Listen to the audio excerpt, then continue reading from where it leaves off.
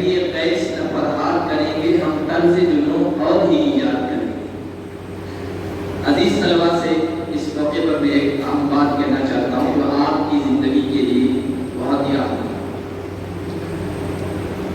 صرف آپ یہ نہ دیکھیں کہ شہاب بھائی پیدل حج کے لیے چلے گئے۔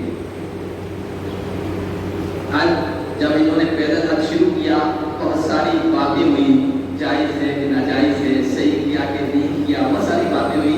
اس سے قطع نظر ہمیں ان کے اس سفر سے ایک اہم چیز جو طلباء کو لینی ہو، اور اگر آپ لیں گے تو آپ اپنی زندگی میں اسی طرح کامیاب ہوں گے جیسے کامیابی کے ساتھ انہوں نے سفر طے کر لیا، اور وہ ہے کہ انہوں نے ایک خواب دیکھا۔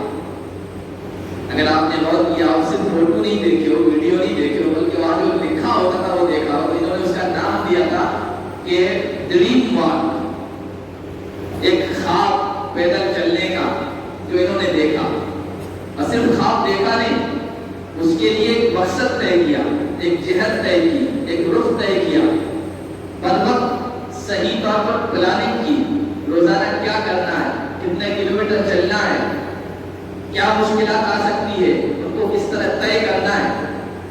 یہ ان کے اس سفر سے اگر آپ سیکھ سکتے ہیں تو سیکھیں اور اس کو سامنے رکھیں۔ انہوں نے مقصد طے کیا۔ سب سے پہلی چیز کسی بھی انسان کی کامیابی میں وہ ہے مقصد کا تعین۔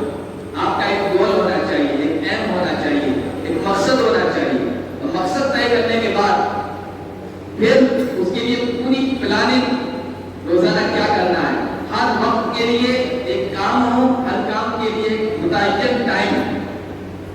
جو آدمی، جو طالب علم، جو اسٹوڈنٹ اس طرح کرے گا وہ آگے چل کر کامیاب ہوگا۔